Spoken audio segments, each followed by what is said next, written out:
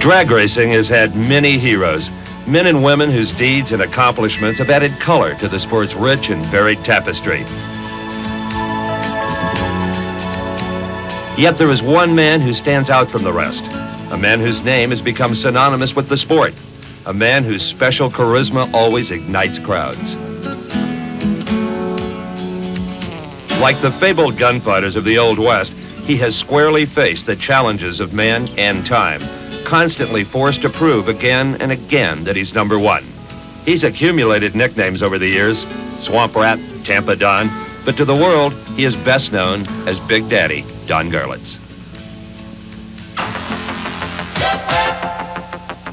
Through a career that has spanned more than 3 decades, Don Garlits has accomplished more than any other Top Fuel driver.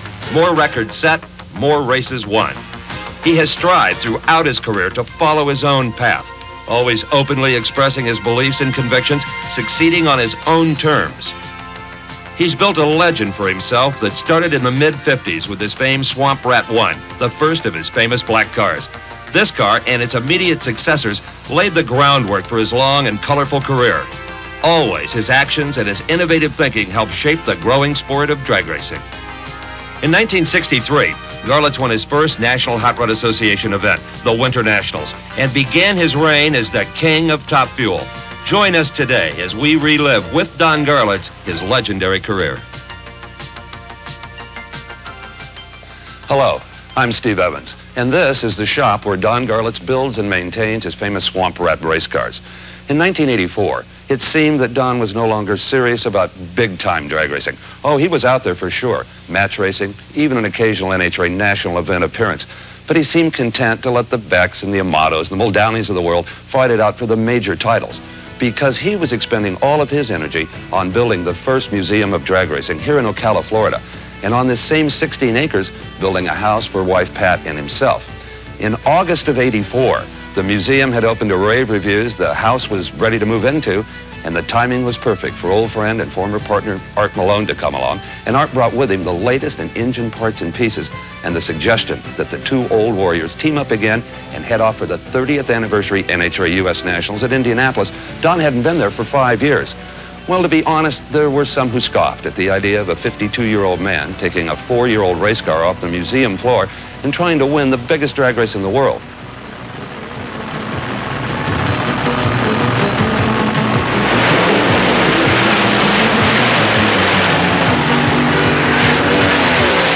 Smoke had cleared. Nobody was laughing. Don Garlits had won his 6th U.S. Nationals Top Fuel title. Let's meet the greatest drag racer of them all, the one they call Big Daddy, Don Garlits. Don, thank you for sharing your story with us today. Well, it's nice of you to come by, Steve. You won the U.S. Nationals, then you headed west, a victory at the World Finals to back it up. Had to be a very special 2 months. It really was. You know, it's... Well, you know, everybody thought that I was all through and I had really retired from competitive drag racing. I did a little drag racing now and then, of course, when Art came along, you know, that's a dear old friend from a long time ago. Well, we rode the school bus together when we were kids.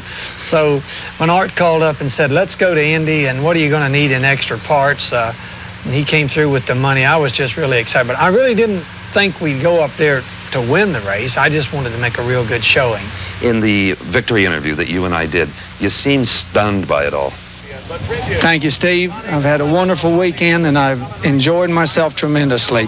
It's been great to be back. And it's great to have you back, and we look forward next year to a new car, aerodynamics, the kind of thinking only you bring to this sport. Well, I hope so. Art has injected a lot of, you know, given me enthusiasm to have him come along and put the money where most people's mouth is and get me here and buy the parts so we're capable of performing with these people, which proves that you just got to have the technology. I was surprised that the 4-year-old car came through, and of course you have to have a lot of brakes in drag racing too. You know, we got a few brakes. Amato spun his tires when he was racing one of the other cars, and he was really very fast at the race. We had the top speed, but that ET's what wins the races. And the fans in California, they were waiting for you. Sold the place out. Goodness gracious, that Pomona was just unbelievable.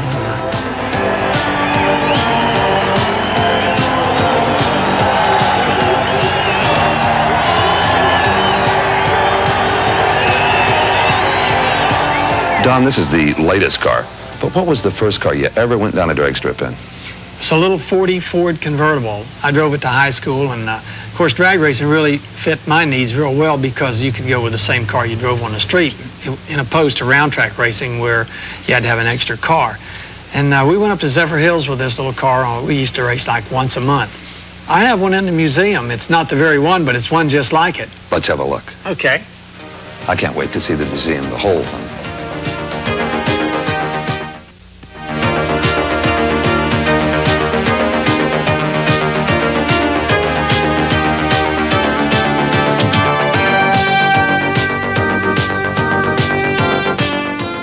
Don, let's let this car take us back to the late 40s. It was in high school that you first became interested in cars? Yes, it was. You know, I was taking accounting in school, and so I really didn't think anything about cars, but the older boys came to school and they had the cut down cars and stuff, and I was really caught up in it, and I was, you know, it was something I really loved. And then on top of that, I took a General Metals class in my senior year, and the teacher came to school with one of those real early issues of Hot Rod magazine, and golly, we wore the pages out, the class, looking at it. And then, of course, I started drag racing on the street because all of the guys were doing it, and I had my 40 convertible, and we didn't have drag strips then. There weren't any. And out of high school, you pursued that accounting interest? Yes, I did. I was about 6 months working in one of the large department stores in Tampa, but I was really unhappy, and it was my stepfather who said, you know, Don, you know, you should get into the automobile business. Says that's what you really love, and says, you know, you could waste your whole life doing something that you don't like. So you served an apprenticeship, as I recall, with a paint and body shop, and then opened your own shop. Yes, I did.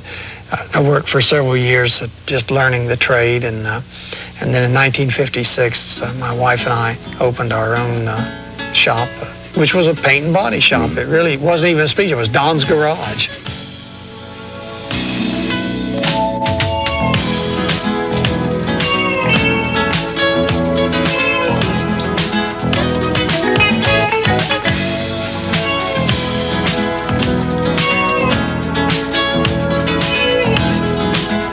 This was your street racer. What was the first car you actually won a race in? The first car, well, my wife and I were going over to Lake Wales to the Singing Tower. We had no idea of anything to do with going to a drag. In fact, I had taken off about a year and hadn't drag raced at all during our courtship. And here was a little sign was just kind of written on a piece of paper. It said drags and had an arrow pointing to the Lake Wales airport. And I said, honey, let's run over to the drags and see what's happening. And we entered the 50 Ford in the race and won the very first trophy that I ever won in drag racing. A little tiny plastic thing with a little gold girl standing on the top of it. But that set the hook. That was it. I was hooked, and it was a few months later we had cams and dual carburetors on the 50 and boring it out and stroke crankshafts, and it was over. Was there a guy out there that everybody wanted to beat, kind of the Fonz of that era?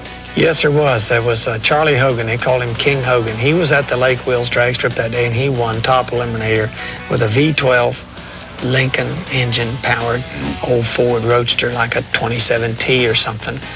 And he was just absolutely idolized by everyone.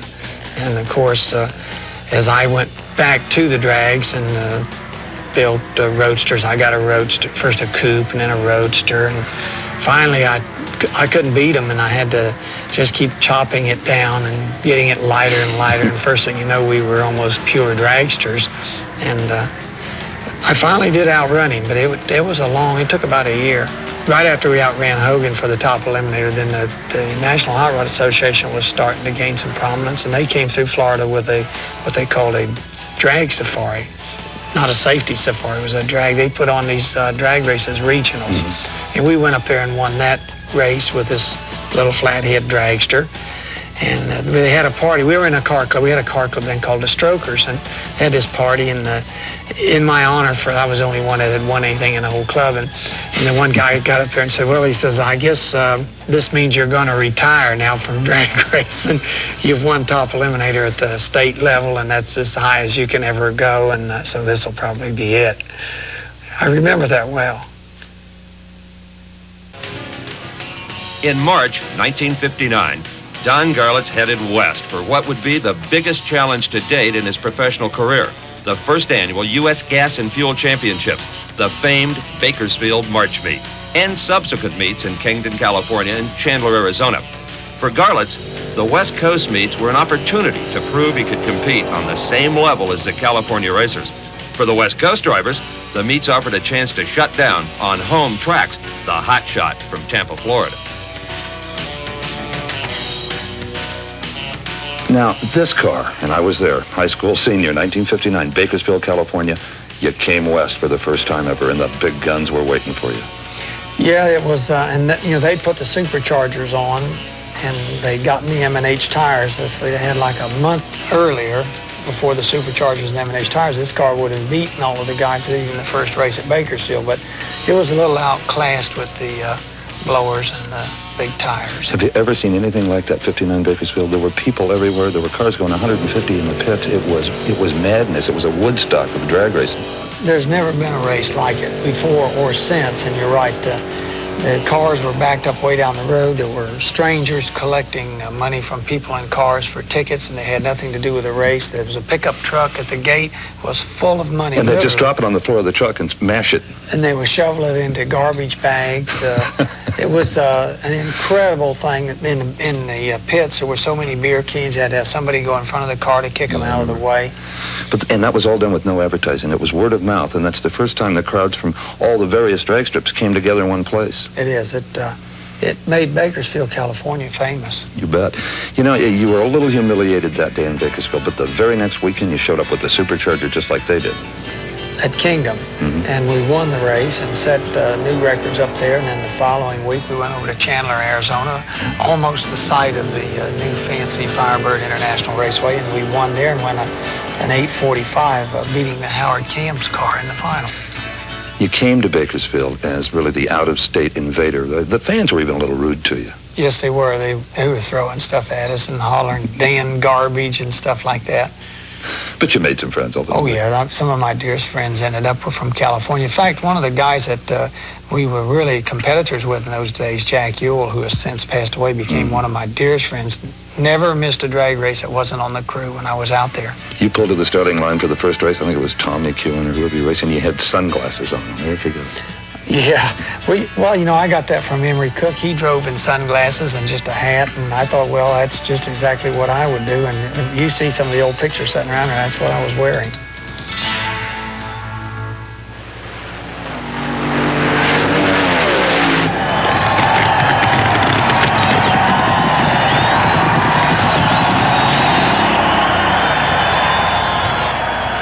You know, Don, sports writers like to use the word slump, right, for a baseball player who's not hitting, a quarterback who's not throwing completed passes. Well, you found out what a slump is like in, 66, 67? Yes, I had moved from Tampa to Detroit. We went up there to do a lot of work for Chrysler, and then we didn't like the weather, and we moved back to Florida. And I was running the same car, and of course I was running the 426 that Chrysler had just come out with the new Hemi, and Wins had stepped up their sponsorship. The cars were called Wins Chargers. And 2 races in a row, 2 national events, the Winter Nationals and the Spring Nationals held in Bristol, Tennessee. We had failed to qualify. How embarrassing that must have been for you and the crew. It was terrible. And so at Bristol, we decided, we looked at the cars, and everybody was running the new lightweight, spidery cars. And the team and I decided to come home and build a new car, and we built this car in 72 hours. It's often called the 72-hour wonder. This is it? This is the very one. And it's just really lightweight with no full body. And there were some new things on the engine, also the 426 that we were finding out, and we used those. And the very first time out, this car beat the famous Hawaiian, which was one of the fastest cars of that era. Now, I remember when you were just so down, it wasn't because you weren't working hard. In fact, you were working so hard, you weren't even taking the time to shave. Now, the rumor was that you weren't going to shave till you ran in the 6s. Was that true? Well, that was true. That's where it was at the end. In the beginning, it was a fact that we went all the way from Bristol to Tampa, built the car, and back to race the Hawaiian in Muncie, Indiana, from a Sunday afternoon to a Saturday night. And so we didn't shave. We were only like sleeping 2 and 3 hours a night. And so we got up there, and it was time for the race, and it wasn't even really time to shave before the race. So then we won the race, and we were so elated over how the car ran. We thought, well, we won't shave off our beards. It was the whole team is what it was. It wasn't just me. I was the one who got all the publicity. Until the car ran in the sixes. But it just didn't run in the sixes right away. It was like 701s and 702s, and the six didn't actually come until the final round at Indianapolis for the U.S. Nationals. Which was the second race on this car. It's the second major race, right. James Warren was your opponent in the final round. It was, everyone was on their feet. I remember the race so well. It was an exciting, dramatic race. I remember I have pictures of it, pulled way over toward the center to get out of the speedy dry. It wasn't rice ash then. And there was even some rolled up on the tires. And I remember reaching out and wiping it off the tires as I went up to stage. And it was a really super close race. And I just barely beat James, but it was really a super comeback because Fram Corporation was filming a documentary which was shown on national television. And of course everybody said, well, Big Daddy's back, and we got lots of bookings and so forth.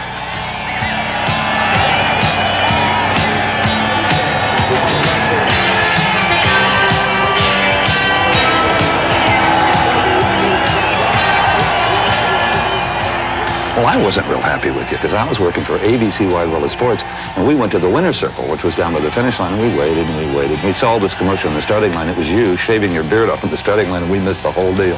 I really, to this day, don't know why we did come back to the starting line. I know we pushed down the track, and usually, you turned off to go to the winner's circle, and for some reason, we didn't, whether it was the crowd or somebody was directing us what, but we ended up back on the starting line. Of course, the crowd destroyed my truck. They crawled up all over it, and they stole the Christmas tree. It was an unbelievable thing.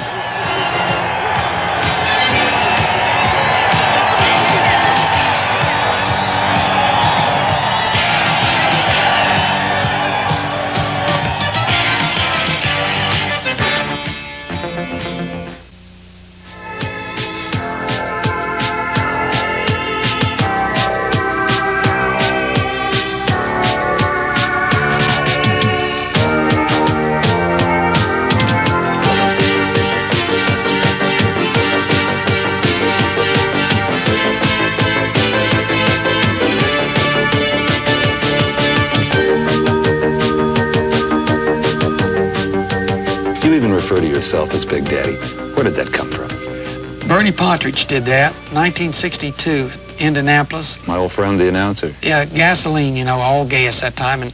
And I just went to work for Chrysler, and they wanted me to run one of the wedge engines on gas in national competition. Of course, we were running Swamp Rats at that particular time. Swingle was driving Swamp Rat 3 on fuel for me. So Archie Liederbrand and I built Swamp Rat 4 and went up to Indy on gasoline, and we had that baby lightened. I mean, it was lightweight. But we had the axles lightened too much. And so every time we'd go up to the starting line, it'd break an axle. And just back to the pit. So finally we got, after we broke all our trick axles, all we had left was just some old stalkers, which we put in there. And then it went real good. And Bernie just blurted out over the PA, well, it looks like Big Daddy's got a handle on this gas. And that's the first time I'd ever heard it. And why he said it, I don't know, but the Indianapolis Star picked it up, and they carried a story on Big Daddy, and we still had Swamp Rat written all over the cars. And so that went on for a number of years, and first thing you know, I started using it, started painting it on stuff, and then in '69 I registered because it had really become a nice nickname for me. That's your trademark. Yeah, we have it registered, and we use it on everything. And it's in fact of the matter is, in the general public, I can ask somebody, they'll say, well, don't I know you? And I'll say Don Garlits, and you can still see the question in their eyes. Then you say, how about Big Daddy? Oh, yeah, I've heard of Big Daddy. It's amazing how that has really clicked with the general public. The Swamp Rat nickname, though, that was hurled at you as an insult. Yes, it was. I never to this day really know whether it was a real mean one or kind of a half-jokingly one, trying to get publicity. Later, Soto Pastoian did that. He wrote an ad in Drag News. And said, it's no wonder they call you Swamp Rat. You're in this business for what you can get. And says, you don't care how you make a buck at it. You put a green kid in the biggest dragster that you could think of. Ta-da, ta-da. Sound like he's beating the drum for a match race. I kind of think it was. I don't think, because he always was real nice, and even later in years, we became partners in the Detroit operation. I don't think that Seto really meant anything really nasty about it, but he really made it sound that way. And I'll tell you that the tracks loved it. They did. They called up and wanted match races between the two of us. Is that right? Yes, sir. Well, I've heard others in Tampa, Don, the old man, affectionately meant. I know a guy that calls you our father who worked in Florida. Yeah, that was written on somebody's scoop somewhere. That's right.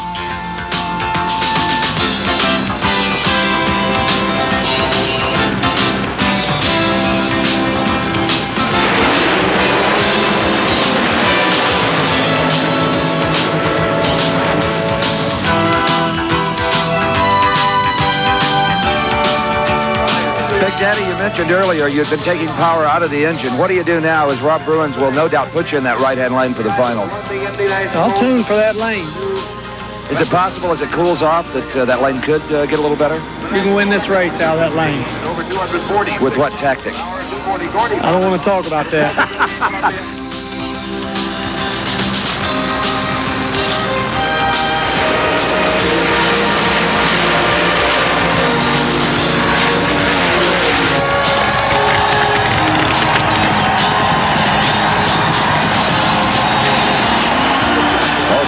You did it, the right lane, just like you said you would. Well, I smoked the tires, and he had me. And I'll be darned if he didn't go out of control and nearly cross the center line, and that's all I needed, and it just gathered him right up. You know, going into this event, I've never seen so many of the supposed experts pick one guy. Everybody says they're not going to beat Big Daddy on this racetrack. He's just too crafty. It was a racetrack that needed a lot of experience, no question about it. The word your fellow racers used the most to describe you is crafty. Everybody's saying, boy, that Don is crafty. How about a driving trick that you were using that no one else knew about? Well, one of the things before the days of the Christmas tree was the flag start was you really had to get off. Of course, they had flags on buttons then, so there was still some electronics involved. But I used to watch the guy's arm right here. He'd hold the flag down, and I'd watch that, and you'd see that arm twitch there before the flag would actually move. And that was, later I heard other guys had done that. But that was one of my tricks that I used to like, for getting off the gate just right. The Christmas tree, of course, that was a difficult device.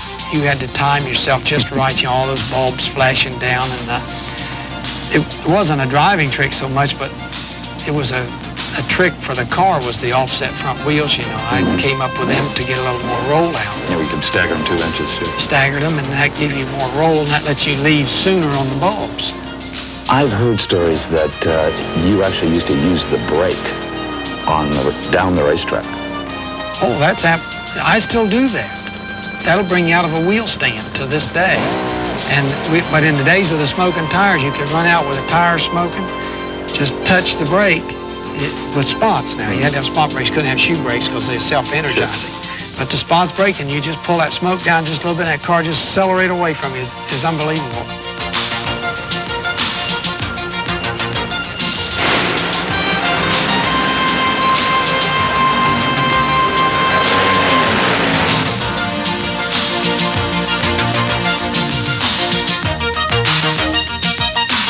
A lot of people said this track at this point wouldn't hold anything as quick as a 572, but you again have proved them wrong.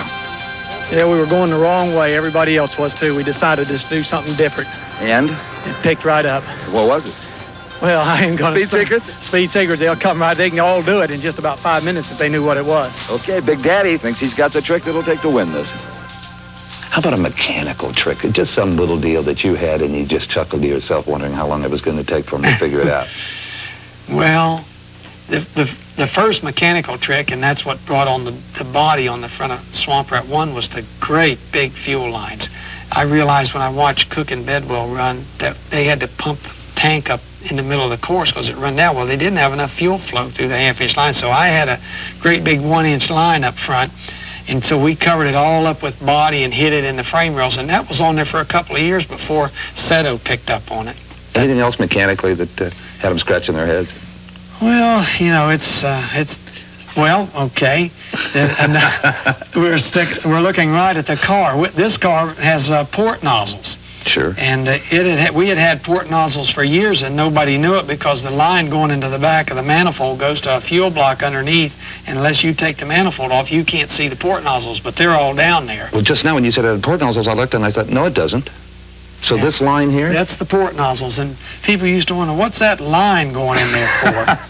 And that goes to port nozzles. See, I had port nozzles on Swamp Rat 1. I have the original set of port nozzles, the very first in the industry, and I realized then it was important to have that fuel distribution. You are crafty, Big Daddy. There's a few other ones that are crafty, too.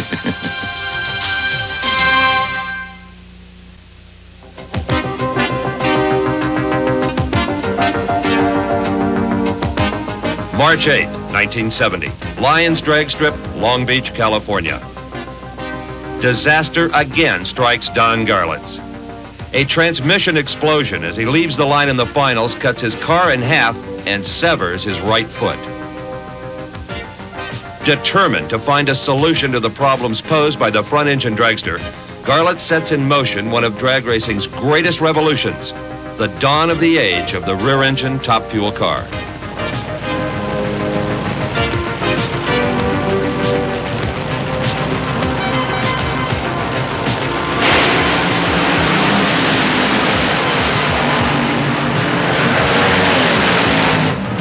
Steve, you know, this car is one of my favorites, if not the favorite, because this is the rear engine car. It's a needle nose thing from the front to the back.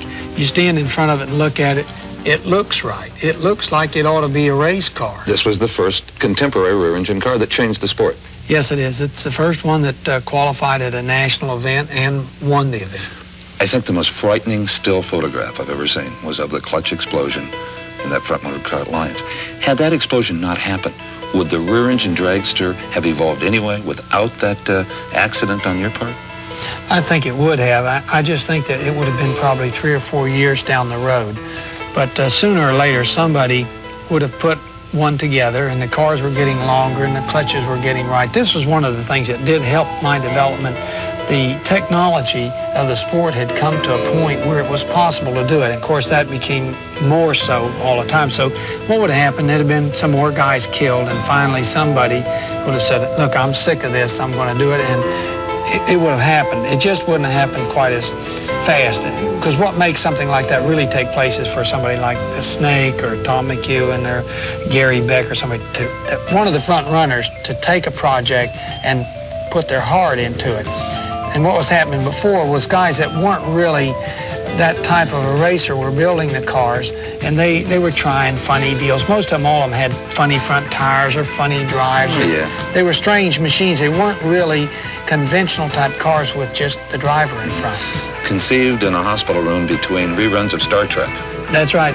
Me and McHugh and up there watching them.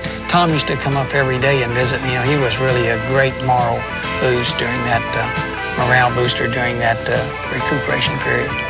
Do you think it was fate that brought about that accident? You were the guy, the only guy that could save drivers from further injury in those incredible front engine machines that should have never been built in the first place. I don't know, you know, it's was just as guilty as the next guy for taking the slingshots to the point that they were. I was the one that was pioneering transmissions in them and setting over them with my feet. That's what exploded. It's exactly right. And so I guess it was a kind of a poetic justice that I'd be the guy that get his foot blown off and have to get his nose to the grindstone. Well, you know, your story rings of accident, retirement, comeback. Accident, retirement, comeback. No thought of retirement after the worst injury yet? No, on this one I was really mad. Here I'd lost part of my foot in a stupid accident, and all I could think about was getting out of the hospital and building some kind of a car that would eliminate this problem from the sport forever. What about Pat?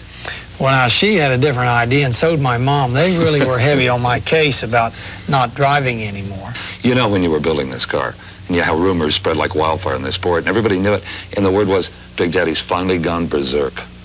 Yeah, 2 particular cases that really stand out on that was Jerry Tiffin from Goodyear Tire and Rubber. He called me on the phone. He says, Bud, he says, don't you know that every rear engine car that was ever built turned right or left in the lights? And I said, yeah, I knew that. And then another one, they were having a Dodge seminar in Clearwater. And one of the guys in the audience held up his hand and asked the guy up there, one of the Ram Chargers, he says, what do you think about Big Daddy's rear-engine car he's building over in Sefner? And the Ram Charger told him, says, we think he's bit off a little more than he can chew this time. It went right to the West Coast and thumped him again. Well, did you ever hear the story about coming in the gate? We went to the AHRA race first, the very race, in fact, that I had blew my foot off the year before.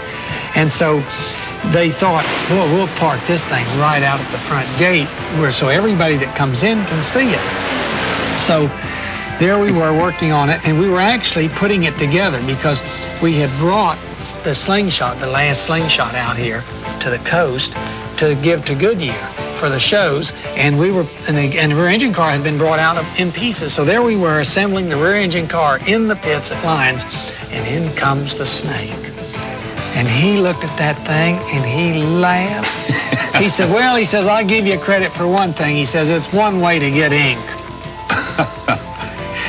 And down to the pits he goes. But the Winter Nationals, just a few weeks old, this car, there's photos of it around here. No wing on it at that time, which I always wondered about. But you won that race, and you just glowed all over when I saw it. Well, I was really proud of the thing, and it's with the visibility. You know, you got to understand, I'd had years and years behind the blowers of the slingshot, and I had plenty of fires and plenty of oil.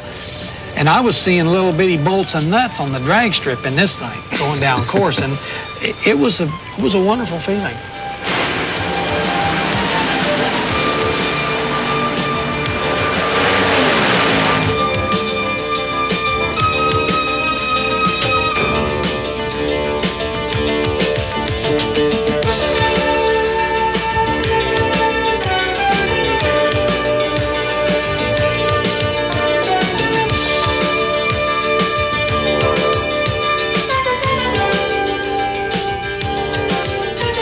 You know, there was not a front-engine car left 18 months after this debut. There was not an active front-motor car in the sport. I know even at 6 months there was only a couple left. A couple of the diehards just wouldn't get them. But it's true, it did. It wiped out the slingshot, and I was happy for it, too, because it sure made it a lot safer for Top Fuel.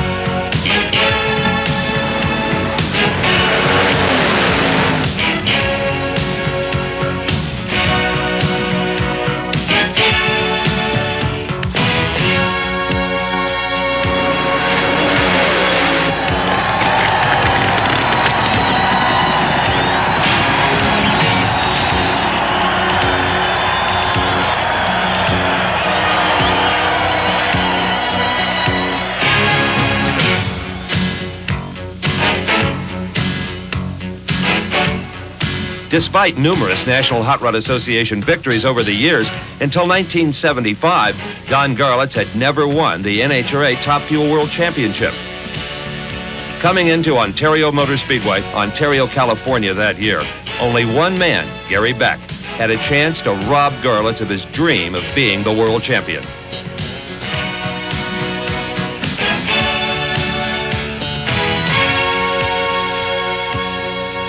With one run, Garlits became the first person to go over 250 miles per hour, set an elapsed time record of 5.63 seconds that would stand for 7 years, and won the world championship.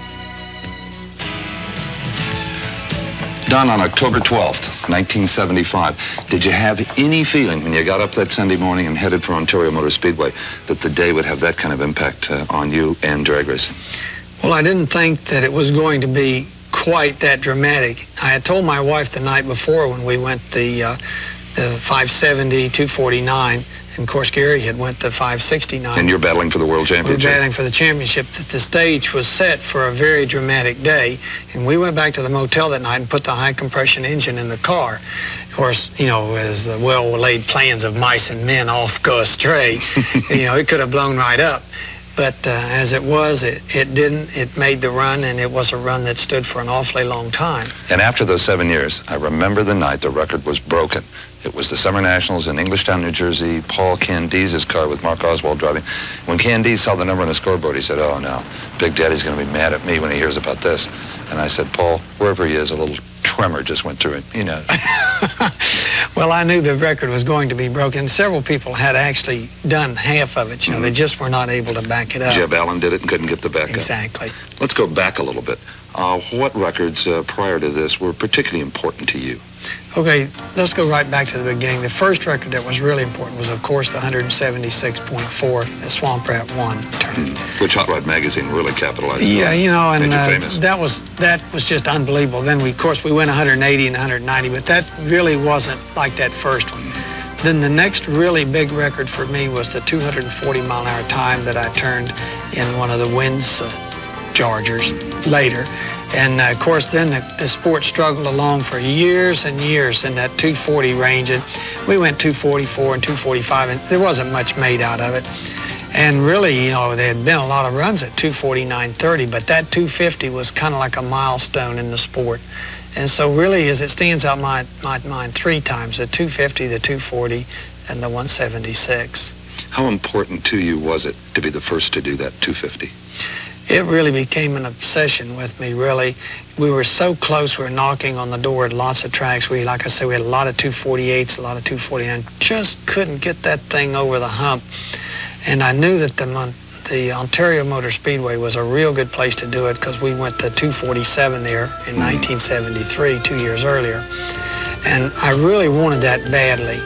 And, of course, Beck was right there, too. He had run a lot of 248s, and he was plenty capable of running the 250 miles an hour. So I really wanted to be the first over it. You mentioned the high-compression engine. Were there any other tricks in the car that day that made those times possible? Yeah, it had the 370 gears in it, and I don't think anybody was running 370 gears. They were all running the 390 gears for elapsed time, and that kind of shut you off about 246, 247 for the size of tire. And then there was one other thing. When we were at Indianapolis, prior to that, when we'd won Indy, we had a set of tires mounted up there, our backup tires, and they were an exceptionally large set. They come through that way occasionally. And we had set that set of tires aside for Ontario to give us the gear ratio that we need. Because, see, we weren't running tires anywhere near the size we're running today. And so a larger tire was very important for us. But really, that's what makes it so incredible. The tires were getting bigger and bigger, better and better, and still they couldn't touch that time. Yeah, well, there was a lot to do with that. The track was perfect. They sprayed them a little differently then. They had a guy that was spraying it, and he was just sloshing the VHT on there several days before. And those tracks were extremely sticky. And, of course, the weather conditions were right. Bowers had made me a real nice blower, and it turned out just right. And as anyone will tell you, even today, one blower is like a fingerprint. There's no two of them alike. And so I had a real good blower. I had a good high compression engine. It was really nice, and I had a good tire, and I had the right gear ratio. And there was another thing I'd like to plug in there. I made the burnout, well, prior to that, I had flipped the coins for lane choice, and I lost the choice for lane. And so the guy was going to time trial, was in the time trials. He took the good lane that my lane had just been oiled down. So I make the burnout, and I go out there, and I look outside the car, and it's all just white everywhere. It looked Grease sweep? Yeah, it looked like grease sweep. And I just was shaking my head. And so I go back to, they push me back, and I'm shaking my head no to the crew. This is before reversers. And I sat there a few moments, and I don't know whether to run or not. Of course, it's building up more heat, which is good for it. Finally, I opted to run, and it went right out across that rice ash and carrying the front wheels. I couldn't believe it.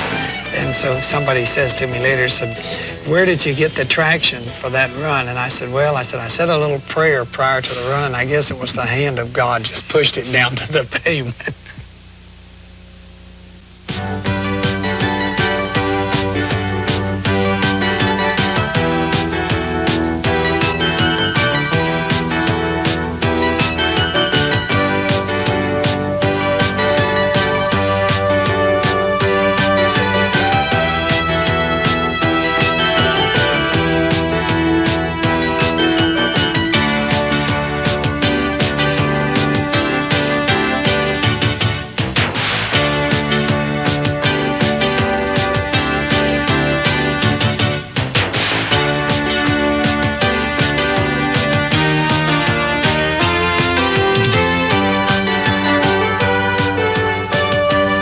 It's just incredible how many cars you've built and how many races you've won, evidenced by the wall of trophies. Can you even describe what it's like to win the big race? Well, you know, it's a hard thing to do. It's an excitement that reaches a pitch like the '84 Indy race, and it wasn't any different for that one than the '64 Indy race or the '63 Winter Nationals. It's just it's almost like you're living a dream each time. You say this couldn't possibly be happening to me, but it is. You're actually experiencing it, and that's kind of hard to explain. You and I have been fortunate to spend a lot of time together in those winter circles, and some people yell and holler and spray the champagne. You seem to calm down. Yeah, because on top of all of the excitement, there's a tremendous amount of pressure to get to that point, and it's almost like a giant weight is lifted off of me. And I've been on such a high, you know, running on pure adrenaline. It's just kind of like it's a quiet time, and I'm kind of glad it's over in a way. World champion, a lot of those. More event victories in NHR than any other top fuel driver. More records, certainly, than all the rest of the racers combined. Is there a goal unfulfilled in drag racing? I haven't really set any big goals for myself, you know, like I'd like to do this before I quit or that. I mean, I would like to go 270 miles an hour. I'd like to be the first. Well, that's really kind of a short-range goal. I don't think it's that far away. This museum was a big goal for me. This is a goal that's been in my mind now for nearly 10 years. And so I'm just kind of coming out of this. I'm on that quiet time now, you know. It's the pressure's off. The thing is here. And my schedule is cut way down. I'm just running the NHRA events, and I like that. My goal is just to do as good as I can in the NHRA circuit for the remainder of my racing days. That's what I want to do. I don't want to do any more match racing or running any circuits or anything. I want to run that Winston World Championship Series and try to be number one if I can. Killer instinct still there? Yeah, I still like to win the races. When I strap in, I want to beat them no matter what. You know, I've been to a lot of automobile museums, and none of them has ever talked to me like this one does, and I think every drag racing fan feels that way. On behalf of all of them, thank you for saving all of this for all of us. My pleasure, Steve.